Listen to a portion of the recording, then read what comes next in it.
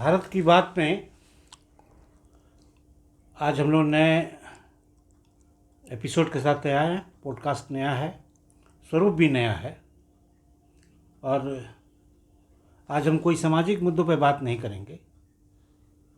एक सामान्य बात करेंगे हम लोग। आदमी अपने जीवन में 60 साल, 65 साल, 66 साल, 70 साल जी लेता है, तो ज़िंदगी के बारे में हम आपसे जानेंगे। हमारे साथ हमारे पुराने मित्र गोपाल कृष्ण श्रीवास्तव, जो हमारे पुराने ब्लॉग में आप लोगों ने देखा होगा इनको। इनसे हम जानेंगे इनकी ज़िंदगी के बारे में और इनका ज़िंदगी का क्या अनुभव है। तो गोपाल जी बताइए अपने बारे में, अपने परिवार के बारे में, अपना बचपन के बारे में, कैसा आपका बचपन था, थोड़ा इसके बारे में संक्षेप में बताइए। धन्यवाद प्रसाद साहब।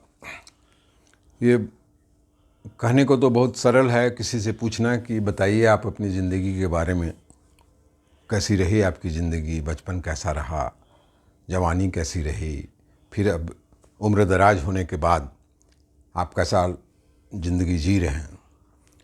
पूछना बहुत आसान है, लेकिन जीवन जो है, जो जीने का तरीका है, जिसको हम लोग ज़िंदगी कहते हैं, वो बहुत संघर्षपूर्ण भी रहता है, बहुत विनोदपूर्ण भी रहता है और बहुत पाबंदियां भी रहती हैं जीवन में।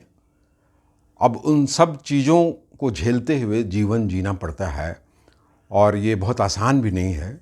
अब लेकिन बात अगर हम बचपन की करें तो जीवन का जो बेहतरीन पार्ट होता है, जो आप कह सकते हैं कि the period of life of childhood is the best part of life. और उसमें आदमी को कोई चिंता नहीं रहती है, किसी बात की कोई चिंता नहीं रहती है, घर में क्या है नहीं है, पिताजी क्या कर रहे हैं, माता क्या कर रही हैं, आप बच्चे आप अपने में ही मस्त रहते हैं। तो वो एक जो पीरियड होता है वो बहुत खूबसूरत होता है, उसमें कोई लाग लपेट नहीं रहता है और जी मस्ती में गुजर जाता है ज़िंदगी। लेकिन जब आप सेंस डेवलप करने लगते हैं, आप बचपन से फिर थोड़े थोड़े बड़े होने लगते हैं, आप स्कूल जाने लगते हैं, तब थोड़ी पाबंदियां आती हैं जीवन में, घर से भी कुछ रोक टोक होने लगता है। तब जीवन जीना बहुत खुल के नहीं हो पाता है, लेकिन फिर भी कुछ जिम्मेदारियों का भी एहसास होने लगता है, घर की जिम्मेदारियों का भी एहसास होता है। पिताजी को देखते थे, सुबह शाम बाहर निकलते थे। उस समय तो हम लोग बचपन में जानते ही नहीं थे कि पिताजी क्या करते हैं, घर में कहाँ से पैसा आता है, कैसे खाना बनता है, क्या होता है, ये सब कुछ बचपन में आदमी नहीं जानता। ये जब सेंस एक डेवलप करता है, और जब सेंस डेवलप करता है उसी समय एहसास होने लगता है जिम्मेवारियों का, पाबंदियाँ भी जीवन में लगती हैं। अब उनसे आप कैसे उभरते हैं और किस तरह से, देखिए मुसीबतें तो जीवन में आती हैं, हर के जीवन में है, लेकिन मुसीबत को झेलना एक बहुत साहसपूर्ण काम है और आप इसको बहुत सहज रूप से भी झेल सकते हैं अगर आप में थोड़ा धैर्य हो। जीवन को खुशमय बनाने के लिए सबसे बड़ा जो शस्त्र है वो खुद में धैर्य है, और इससे बड़ा हमको लगता है कि, आपको क्या लगता है, धैर्य सबसे बड़ी चीज़ है। बिल्कुल सही। हाँ, तो इसी तरह से जीवन, बचपन बीता, स्कूल बीता, फिर कॉलेज में आए। कॉलेज में तो भी मस्ती होती ही थी और उस समय तक, लेकिन जिम्मेदारियां भी थी, हम पाबंदियां लोग भी आप थी। किशोरावस्था पे आएंगे। आपने जो बातें कही वो सामान्य सी बातें हैं। मैं व्यक्तिगत आपके बारे में जानना चाहता हूँ कि आप कहाँ जन्म हुआ आपका, कौन सी स्कूल में पढ़े, स्कूल की शिक्षा कहाँ हुई, उस समय क्या क्या शरारत करते थे पर्टिकुलर। शरारतें तो याद हैं, क्या कि बहुत शरारतें ऐसी होती है जीवन में, बचपन में किया हुआ, जो भूलता नहीं है आदमी जीवन भर। तो बचपन तो ऐसा था कि हम मेरे साथ एक बहुत बड़ी बात यह है कि क्लास 1 से हम आपका स्कूल। जन्म कहाँ हुआ तो मैं जन्म मेरा रांची में ही हुआ। हम लोग स्थानीय हैं, रांची के ही रहने वाले हैं। रांची में हम पैदा लिए और उसके बाद हम जब स्कूल में गए तो रांची जिला स्कूल में पढ़े, वहीं एडमिशन लिए और हम क्लास 1 से क्लास 6 तक घर के ट्यूटर से ही घर में पढ़े। क्लास 6 में हमने एडमिशन लिया जिला स्कूल में। ये बहुत पुरानी बात है, 65-66 की बात होगी। 1970 में मैंने मैट्रिकुलेशन किया उसके बाद मैं सेंट जेवियर्स कॉलेज गया, वहाँ पढ़ाई की, वहाँ इकोनॉमिक्स ऑनर्स किया। फिर वहाँ से 74 में मैं पास आउट किया। फिर पोस्ट, लेकिन इच्छा थी पढ़ने की दूसरी कुछ। हमारे सेंट जेवियर्स कॉलेज के समय ही तुरंत उसी समय खुला था पर्सनल मैनेजमेंट का जेवियर इंस्टीट्यूट। तो मन था हमारा कि हम वहाँ एडमिशन लें, लेकिन घर की स्थिति ऐसी कुछ थी, बहनें थीं, अविवाहित बहनें थीं, पिताजी पे भी परिवार चलाने का जो बोझ था उसका एहसास अब हमको भी होने लग गया था। और जेवियर इंस्टीट्यूट में जाके हम फॉर्म भी लाए और पता चला कि उसका 100 रुपीज़ पर मंथ फ़ी है। तो 100 रुपीज़ पर मंथ उस ज़माने में हमको बहुत लगता था। तो हम सोचे कि ये पढ़ाई करना ठीक नहीं। फिर हम घर में बताए भी नहीं कि हम जेवियर इंस्टीट्यूट में पढ़ना चाहते हैं। तो बाबूजी ने हमको कहा कि तुम लॉ पढ़ो। कहा कि मेरे दादा वकील थे और लॉ में मेरा इंटरेस्ट भी था। कहा कि हम लोग का जो घर है सिविल कोर्ट के पीछे ही है। तो कचहरी के मैदान में हम लोग खेले बढ़े लिखे भी, काला कोट पहने हुए बहुतों को देखा जीवन में। तो हमारी भी इच्छा थी कि लॉ भी करते हैं, लेकिन पिताजी को हमने एक रिक्वेस्ट किया कि हम चूँकि लॉ का जो यहाँ कॉलेज था छोटा नागपुर लॉ कॉलेज, वो इवनिंग क्लासेस होता था। तो हम बोले तो दिन भर क्या करेंगे, दिन भर वही फिर बीत जाएगा समय बिना कुछ किए। तो मैंने पिताजी से रिक्वेस्ट किया कि मैं पोस्ट ग्रेजुएशन में भी एडमिशन ले लेता हूँ।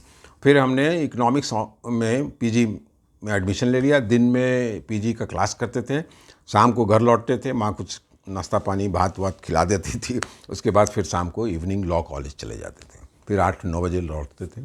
तो इस तरह से 2 डिग्रियां हमने साथ साथ पढ़ी। चूँकि लॉ 3 साल का था और पोस्ट ग्रेजुएशन 2 साल का था, इसलिए सेम ईयर में दोनों पास आउट नहीं किए, लेकिन पास आउट कर गए। और हमारे साथ उस ज़माने में यहाँ के रांची के जो वरिष्ठ वकील सब थे उनके भी पुत्र सब पढ़ते थे, जो आज बड़े अच्छे वकील सब भी हैं हाई कोर्ट में। तो उस समय बहुत इंटरेस्ट था, कंपटीशन था कि वकील का बेटा है तो ज़्यादा नंबर लाएगा। लेकिन मैं पार्ट 1 में फर्स्ट क्लास लाया था, पार्ट 2, पार्ट 2 और पार्ट 3 में मेरा अच्छा नंबर था। लेकिन चूँकि पीजी का भी प्रेशर था, पीजी इकोनॉमिक्स का भी, तो इसलिए लेकिन पास आउट मैं कर गया।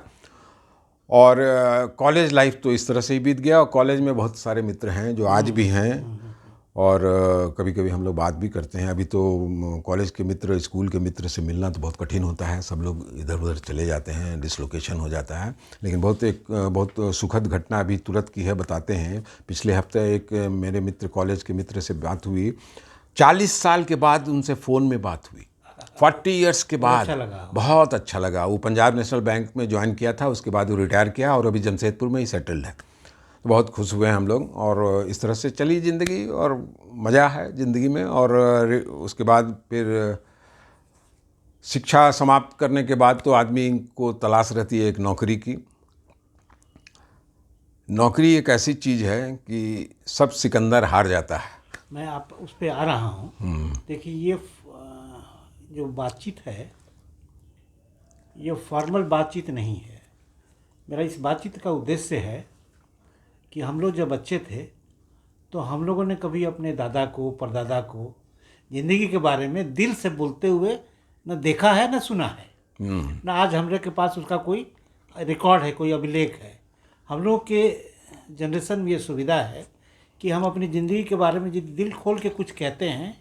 और ऐसा मीडियम है आज के डेट में सोशल मीडिया कि ये ऐसा रिकॉर्ड हो जाएगा कि आपके नाती पोता परतोता भी उसको सुन पाएंगे कि भाई मेरे दादाजी परदादाजी क्या बोलते थे ज़िंदगी के बारे में, उसका क्या सोचते। ये इसका पर्पस है।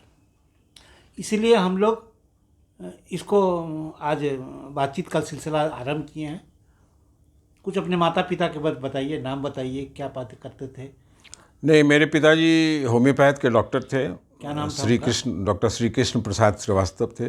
दादा का नाम अखौरी बनवारी प्रसाद लिखते थे। कहाँ के रहने वाले थे ये लोग? हम लोग गुमला के हैं वैसे, लेकिन कहते हैं कि रूट जो था वो गया में कोई गांव था, वहाँ से फिर माइग्रेट करके लोग गए, गुमला आए। और उसके बाद गुमला के बाद हम लोग रांची पिछले 100-150 साल से हैं, दादा परदादा लोग थे। लेकिन आपने जो कहा ना कि पहले घर पे हम लोग ज़िंदगी के बारे में किसी से सुनते नहीं थे, वरिष्ठ परिवार के सदस्यों से। लेकिन मेरे साथ बात कुछ अलग है। मुझे ज़िंदगी के बारे में, जीवन के बारे में हमारे जो दादा थे वो बहुत सनातनी थे। वो 3 बजे सुबह में उठ के रामायण पढ़ा करते थे और राम राम जपते रहते थे। हमेशा हम लोग को कहते थे कि रात को जल्दी सो, सुबह जल्दी उठो, ये एक अच्छे विद्यार्थी, अच्छे इंसान बनने का एक शुरुआत है। तो जीवन की जो परिभाषा है, एक ब्रीफ डेफिनेशन जीवन का घर में मिल जाता है। अगर आप उसको ग्रैस्प करना चाहें, परिभाषा कैसे मिल जाता है कि आपके पिताजी कैसे जूझ रहे हैं ज़िंदगी से, आपके दादा ने क्या किया जीवन में अपने बच्चे के लिए। ये आपने देखा है, अगर नहीं भी है तो सुना ज़रूर होगा, किसी न किसी परिवार, माँ से, मामा से, फूआ से, नाना से सुनता है आदमी। तो जीवन की कुछ परिभाषा आप सीख जाते हैं घर पे ही, और वो एक फाउंडेशन स्टोन बन जाता है। कि होता है ना कि एक उम्र में आदमी गलत सही, विवेक अविवेक, इस सब पे कुछ निश्चल होकर कुछ सोचता नहीं कभी, लेकिन एक उम्र आने के बाद लगता है कि क्या गलत है, क्या हमको नहीं करना चाहिए, क्या विवेक अपना इस्तेमाल करना चाहिए इस चीज़ को करने में। ये सब परिभाषा और ये सब ज्ञान घर में ही, घर से बड़ा विद्यालय तो बचपन में कहीं नहीं मिलता है। आप किसी भी स्कूल में चले जाइए, जो माँ आपको सिखाएगी, जो पिताजी सिखाएंगे, जो दादा सिखाएंगे, नाना मामा बुआ, ये शिक्षा व्यवहारिक जीवन जीने की शिक्षा। जो स्कूल में तो आप किताबी शिक्षा सीखते हैं। तो जीवन का जो अर्थ है वो आप घर में सीखते हैं, इसमें दो मत नहीं है। और जब आप घर से बाहर रहते हैं, जब बाहर की दुनिया में आते हैं, तो अनुभव अलग होता है। आप घर में कुछ सीखे हैं, बाहर दुनिया कुछ और है। आप घर में सीखे हैं कि ये गलत है, ये सही है, और बाहर देखते हैं कि ये तो आम लोग बहुत तेरे कर रहे हैं, बहुत आसानी से कर रहे हैं, और हमको तो बताया गया कि गलत है। लेकिन अगर आप अपना विवेक का इस्तेमाल कीजिए तो आप पाएंगे कि जो घर में शिक्षा हमको मिली वो सही था, ये जो भी कर रहे हैं वो गलत है। अपना धैर्य बनाए रखिए, अपना लक्ष्य तैयार रखिए, जीवन में क्या मिलना है, आपको क्या बनना है, इस ओर अगर ध्यान दीजिएगा तो आप सफल जीवन में जी सकते हैं। साधारण जीवन, जो साधारण आम आदमी की जो ज़िंदगी है, यही है। असाधारण आदमी की ज़िंदगी कुछ और है। वो कहते हैं ना कि सिल्वर स्पून लेके लोग पैदा होते हैं। उनकी ज़िंदगी और उनकी जीवन की परिभाषा आम आदमी की जीवन की ज़िंदगी और उसकी परिभाषा से भिन्न है। माता जी के बारे में बताइए, क्या नाम था उनका? माँ मेरी बहुत पढ़ी लिखी नहीं थी, गढ़वा की रहने वाली थी। पलामू में एक गढ़वा जगह है, माया देवी नाम था उनका। बहुत प्यारी माँ थी। माँ तो सबकी प्यारी होती है। आपके नाना जी? नाना जी हमारे गढ़वा में ही थे, उनका खेतीबाड़ी का ही काम था, तो उसमें वो थे, आते थे, बहुत लंबे थे। हमको लगता है कि उनका? हाँ, परशुराम लाल। वाह। मेरे नाना जी के नाम परशुराम लाल हैं। और मैं चीज़ बता दूं, नाना हमारे जब भी घर में आते थे तो मैं बचपन में मिठाई में सबसे ज़्यादा रसगुल्ला, सफ़ेद रसगुल्ला पसंद करता था। तो नाना जब भी रांची आते थे तो नाम पुकारते थे घर के बाहर के कमरे से ही, माया माया। माया माँ का नाम था। और आती थी माँ, और माँ के हाथ में देते थे बड़ा सा एक तो मिट्टी का, उसमें रसगुल्ला, बोला ये गोपालवा के लिए रसगुल्ला है, उसको देना। तो इस तरह से बहुत खुशनुमा ज़िंदगी थी बचपन का भी। नानी का नाम याद है? नानी का नाम याद इसलिए नहीं है कि नानी का देहांत माँ बताती हैं। माँ भी बहुत छोटी थी, उसी समय हो गया था। उस ज़माने में तो लोग दूसरी शादी भी करते थे, लेकिन मेरे नाना ने दूसरी शादी नहीं की थी। और माँ हमको बताती है कि नानी के बारे में, तो नानी को तो हमने देखा भी नहीं है, लेकिन नाम भी हमको पता नहीं है। लेकिन माँ जैसे बताती है कि गांव की महिला थी, और एक छोटा सा कस्बा था गढ़वा उस समय। अब तो बहुत विशाल हो गया है गढ़वा, तो शहर परिवार बन से गया। संबंधित एक प्रश्न और, आपको अपने परदादा या परनाना का नाम याद है, किसी एक का? परदादा का नाम याद है, बताइए। श्री गजाधर प्रसाद। वाह। तो ये बहुत अच्छी बात है कि लोगों को कम से कम ये पता होना चाहिए। अब इस पोस्ट कास्ट के ज़रा आपके जो आने वाला जनरेशन है उसको ये पता होगा कि आपके परदादा का नाम क्या था। अब आपको उसको लिख के देने की जरूरत नहीं है। नहीं, एक जी हमारे घर में एक थोड़ा रीति रिवाज ऐसा था कि घर में पूजा पाठ होता था तो बच्चे सभी बैठते थे, तो आज भी हम भी, हमारे बच्चे भी 2 हैं, हमारे बच्चे पूजा पाठ हम लोग करते हैं तो ज़रूर आके बैठते हैं। जैसे हम लोग चित्रगुप्त पूजा करते हैं तो मेरे बच्चे आते हैं, लिखते हैं, पढ़ते हैं। और जब क्या उसको कहते हैं जो तर्पण इत्यादि वाली पूजा जो होती है तो हम करते हैं तो बच्चे देखते हैं। हम भी देखा करते थे आंगन में, माने बाबूजी करते थे तर्पण अपने पिताजी का, अपने मृत रिश्तेदारों का, तो हम भी देखा करते थे। तो हम जब करते हैं तो मेरे बच्चे भी देखते हैं, वो जानते हैं कि बाबा का नाम क्या था, दादा का नाम क्या था। तो एक अच्छा लगता है। और एक क्या है, आजकल का इतना फास्ट युग हो रहा है कि लोग पास रह के भी बहुत दूर होते हैं, नाम तक नहीं जानते हैं। एक तो समय आने वाला है, हमको लगता है कि लोग भूल जाएंगे कि मामा किसको कहते हैं। अब 1 चाइल्ड फैमिली भी बहुत डेवलप कर रहा, तो पता ही नहीं चलेगा कि मामा कौन है, नाना कौन है। तो बच्चों को ज़रूर बताना चाहिए परिवार के बारे में। परिवार एक समुदाय है, परिवार के बारे में ज़रूर बच्चों को बताइए। और कितना भी बच्चा बिजी रहे, उसको हमेशा घर का रीति रिवाज, संस्कार बताते रहिए। अब हम लोग बचपन से थोड़ा आगे बढ़ते हैं, जवानी में आते हैं। जवानी तो लाजवाब हुआ करता है हर इंसान का। कैसा था आपके समय में जो परिवेश, आज जो सामाजिक परिवेश है, वो परिवेश कितना अंतर था? आपको क्या फ़र्क दिखता है आपके जब जवानी के समय थे और आज में? एकदम लिटरल कितना डिफरेंस है? अच्छा है, बुरा है? देखिए, अच्छा बुरा तो एक आप आपका व्यक्तिगत व्यू, हाँ, व्यक्तिगत जनरल व्यू नहीं, मैं अपना व्यक्तिगत ही बात बता रहा हूँ कि मैं जब जवान था और उस समय जो वातावरण था कॉलेज में, शहर में, और आज जो वातावरण है, आज भी मैं कभी कभी अपने पुराना कॉलेज में चला जाता हूँ और वहाँ कैंटीन भी चला जाता हूँ, वहाँ समोसा और चटनी भी खाता हूँ। संजीवन। हाँ, आज भी पुलिया रोड जब भी जाते हैं तो सेंट जेवियर्स कॉलेज चले जाते हैं अंदर, और वहाँ खा के थोड़ा नॉस्टैल्जिक हो जाते हैं, ग्राउंड देख के, बिल्डिंग देख के, हॉस्टल देख के, फिर लौट आता हूँ। लेकिन आपने जो सवाल किया है बहुत अच्छा सवाल है कि आज परिवेश बदल गया है। आज परिवेश क्या बदल गया है कि आज अब हम कुछ ऐसा भी नहीं कहना चाहते हैं, परिवेश ऐसा बदल गया है कि आज बच्चे जो हैं सो उद्दंड ज़्यादा हो गए। और आज एक जो मोबाइल और इंटरनेट का जो ज़माना आ गया है, तो इसमें आज के बच्चों में जो चीज़ बहुत ज़बरदस्त उसके दिमाग में घुस गई है, वो है वासना। जो हम लोगों के टाइम में आकर्षित होना किसी के प्रति बहुत अलग बात है। हमारा को एजुकेशन था, लोग आकर्षित भी हुआ करते थे लड़कियों से। लेकिन आज जो बच्चे हैं, आज जो रोज़ हम कभी पेपर में पढ़ते हैं, न्यूज़ में पढ़ते हैं, न्यूज़ सुनते हैं, बच्चों में, आज यंग बच्चों में ये बहुत एक तरह का डिजीज़ है कि वो लोग जीवन में समझते हैं कि वासना के अलावा कुछ है ही नहीं। लेकिन जब इसका एहसास उनको तब होता है जब जीवन की जिम्मेदारी उनको मिलती है। तो परिवेश इतना बदल गया है। मेरा अनुभव इसमें ऐसा है कि मैं भी लगभग आपकी के समकक्ष का आयु का हूँ। तो हम लोग के समय में ऐसा प्रेम होता था, आकर्षण होता था। हाँ।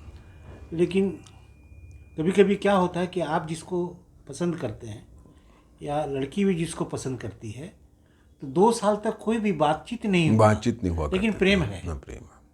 ये भी जानता था कि वो लड़की हमको प्रेम करती है, और लड़की भी जानती थी कि लड़का, लेकिन बात करने की हिम्मत नहीं होती। उसका कारण था ना, लोग मर्यादित थे। हाँ, मर्यादा में रहते थे। आज मर्यादा कहाँ है? मर्यादा तो है नहीं, इसलिए लोग जो चाहते हैं सो कर रहे हैं। इसलिए उनका जो सोच है वो बदल गया है। हमारे समय में, आपके समय में सोच कुछ अलग थी। आप किसी लड़की के गर्लफ्रेंड से आकर्षित हुआ करते होंगे, हम लोग भी हुआ करते थे, लेकिन वो आकर्षण और आज के बच्चों में आकर्षण कम है। हाँ, मतलब आज के डेट में शारीरिक आकर्षण ज़्यादा है। शारीरिक आकर्षण ज़्यादा है, भाव वाली प्रेम नहीं है। अब हम लोग किशोरावस्था को पार करते हैं। आप पढ़ लिख गए, कॉलेज से पास आउट हो गए, और आप नौकरी की तलाश में होगा, जो मध्यम परिवार में होता है। तो पैसे की क्या अहमियत होती थी उस समय? पैसा की तो अहमियत, हम बहुत साधारण परिवार से थे, घर में पैसा बहुत था, ऐसा कुछ बात नहीं है। लेकिन जैसे ही मेरा एजुकेशन ख़त्म हुआ, एक नौकरी की तलाश थी, लेकिन हमारे घर में लोग कहते थे कि तुम वकालत शुरू करो, तो हम कहते थे कि वकालत शुरू करने में तुरंत कमाई होगा नहीं, आमदनी तुरंत, माने वकालत एक ऐसा पेशा है जिसमें बहुत संघर्ष करना पड़ता है, बहुत समय बिताइए, बहुत कुछ सीखिए, तब आप कुछ एक पोजीशन पे आइएगा, तब आपकी आमदनी आनी शुरू होगी। तो मैं इतना इंतज़ार नहीं करना चाहता था, क्या कि घर में कुछ परिवेश ऐसे थे कि पैसे की ज़रूरत भी थी। तो हम नौकरी की तलाश में भी थे, और नौकरी ईश्वर की कृपा से मुझे पहली नौकरी जो भारतीय स्टेट बैंक में हमने अप्लाई किया था उसी में मिल गया। बस उसी में हम ज्वाइन भी कर लिए 1979 में। पहली पोस्टिंग हमारी धनबाद हुई थी। लेकिन घर का होम सिकनेस बोले, हम जहाँ भी जब जब रहें, हम ज़्यादा दिन टिके नहीं वहाँ। मेरी बैंक में आपकी पहली नौकरी लगी स्टेट बैंक ऑफ इंडिया? भारतीय स्टेट बैंक ऑफ पहला इंडिया। दिन याद है स्टेट बैंक में? बिल्कुल पहला दिन याद है। थोड़ा सा उसको याद करिए। हम जब पहला दिन जा रहे थे तो माँ बाबूजी सब बोले थे तो कि कहाँ रहोगे, क्या करोगे। तो धनबाद में हमारे इंडियन स्कूल ऑफ माइंस में हमारे एक कज़न थे, वो प्रोफेसर थे जियोलॉजी के। तो बाबूजी ने एक चिट्ठी लिख दी उनको और हमको दे दी कि तुम अभी जाके पहले वहीं रहना, उसके बाद अपना कमरा मकान उकान ढूंढना। तो हम इंडियन स्कूल ऑफ माइंस चले गए, वहाँ थे भैया भाभी थे वहाँ। अच्छा लगा, 1 महीना हम वहाँ थे करीब। इंडियन स्कूल ऑफ माइंस से बैंक मोड़ आते थे धनबाद में, अच्छा लगा। फिर बाद में किसी के घर आप रहते हैं, रिश्तेदार ही क्यों न हो, और एक माने अनिश्चित समय तक रहिएगा तो अच्छा नहीं लगता है। तो हमने एक मकान ढूंढ लिया, एक कमरे का, और उसमें मैं चला गया। और पहले दिन जिस दिन मैं बैंक में गया, वो रांची से जब निकले तो रांची बस स्टैंड गए, मोती बस सर्विस ना क्या बस सर्विस, हाँ, उससे धनबाद पहुँचे। उतर के पहले हम बैंक मोड़ में बैंक ही गए और वहाँ पर रिपोर्ट कर दिया। और हम बोले कि सर आज हम थोड़ा जल्दी जाएंगे, काहे कि हमको मकान उकान नहीं। तो कोई चैटर्जी साहब थे, मैनेजर अकाउंट्स हुआ करते थे, उन्होंने कहा नहीं नहीं ठीक है, तुम जाओ, कल से टाइम में 10 बजे आ जाना। तो वही शुरू हुआ। और जब दूसरे दिन मैं बैंक में गया तो हमको लोगों ने कहा तुम्हारा जो डिजिग्नेशन है कैशियर का, तुमको कैश डिपार्टमेंट में काम करना पड़ेगा। तो कैश से मुझे थोड़ा घबराहट होता है कि बैंक का। हाँ, एक चीज़ बताना भूल गया, जब मैं बैंक में नौकरी करने जा रहा था तो हमारे पिताजी ने एक बात कही थी कि देखो बेटा, बैंक में नौकरी करने जा रहे हो, वहाँ हो सकता है कि तुमको बहुत पैसा दिखेगा, बहुत कैश डिपार्टमेंट में काम करोगे, या खजाना जिसको बोलते हैं, लोग कहते हैं खजाना, तो वहाँ दिखेगा, लेकिन अपना ईमान कभी डोलने मत देना। उस समय हमेशा समझना कि पैसा जो है सो किसी और का है, तुम्हारा नहीं है। देख के लालच मत आने देना अपने। ये शिक्षा इतना कामयाब रहा मेरे जीवन में, बैंक के जीवन में, कि मैंने कभी भी आज तक अनब्लेमिश सर्विस जिसको कहते हैं, कि कभी मैंने लगा ही नहीं कि हम तनख्वाह के अलावे भी बैंक में और कुछ हो सकता है। तो बहुत अच्छा शिक्षा मिला था हमको वो। हाँ, तो बैंक वैसे ही शुरू किया। अपना अकाउंट्स डिपार्टमेंट में गए तो दूसरे दिन हमको कहा गया कि कैश में जाओ, तो कैश में मैं गया ज़रूर, लेकिन मैं थोड़ा सा शरारती तो था ही।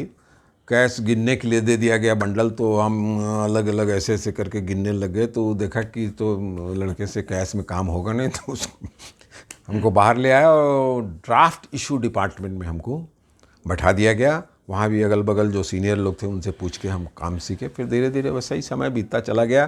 फिर 1 साल के बाद ही हम रांची में आंचलिक कार्यालय खुला, तो हम यहाँ अपना ट्रांसफ़र करा लिए। फिर रांची आए, तो रांची काफ़ी दिन रहे। उसके कितने दिन रहे स्टेट बैंक में? स्टेट बैंक में करीब 37 ईयर्स रहे हम। स्टेट बैंक एज ऑर्गेनाइजेशन बताइए।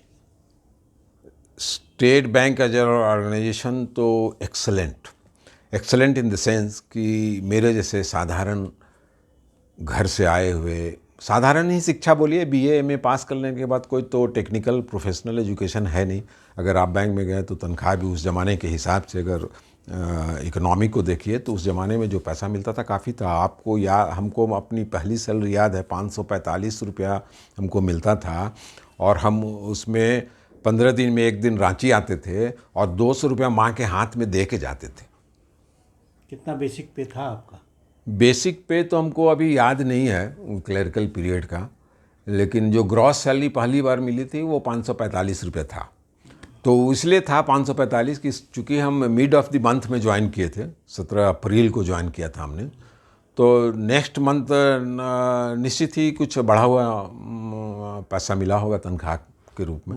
मैं जहाँ तक जानता हूँ, आप 230 रुपये के बेसिक पे ज्वाइन किए होंगे। हो सकता है, मुझे याद 230 नहीं। रुपये बेसिक, और डीजे हुआ करता था, और एचआरए मिलता था होगा। इशारे मिलता था। और भारतीय स्टेट बैंक अपने कर्मचारियों, अपने एम्प्लॉई, अपने ऑफिसर्स की बहुत अच्छा से देख रेख करता है। हेल्थ के पॉइंट ऑफ व्यू से देखिए, हेल्थ इंश्योरेंस होता है। बाद में जब मैं अधिकारी बना तो आमदनी भी बढ़ी, तनख्वाह बढ़ा, और हेल्थ इंश्योरेंस है, लीव फेयर कंसेशन मिलता था, बच्चों को ले जाइए आप घुमाने भी। तो और क्या चाहिए जीवन में? साधारण ज़िंदगी जीने के लिए आपको, साधारण ज़िंदगी जीने मैंने खुशनुमा ज़िंदगी जीने के लिए आप कुछ असाधारण तो मिल नहीं सकता ना। आप जो मिला है आप उसमें खुश रहिए। ये जीवन का एक मूल मंत्र है कि जो आपको प्राप्त है वो समझिए पर्याप्त है। और इसी ध्येय से आप अगर जीवन जी रहे हैं तो आप खुश रहेंगे। सेवानिवृत्त कब हुए? सेवानिवृत्त मैं 2014 में हुआ, और सेवानिवृत्ति के बाद मैं रांची में ही था, पोस्टेड भी रांची RSCPC में। और सेवानिवृत्ति के बाद तो जीवन और मज़ेदार हो गया। मज़ेदार की कोई जिम्मेवारी नहीं, ऑफिस नहीं जाना, जूता पहनना नहीं है, 10 बजे खाना नहीं है, रोज़ नहाना भी नहीं है। तो बहुत अच्छी कट रही है। कुछ दोस्त यार हैं पुराने बैंक वाले जिनके साथ समय कट रहा, और बहुत ईश्वर की कृपा है कि हमारे जितने साथी हैं वो भी सभी सारे खुश हैं, और मैं भी खुश हूँ, और बस चल रहा है जीवन। और कुछ बोलना चाहेंगे? नहीं, हम समझते हैं कि काफ़ी कुछ बोल दिया, और अगली दफ़ा फिर हम मिलेंगे तो इस पे विस्तार से और चर्चा करेंगे हम लोग।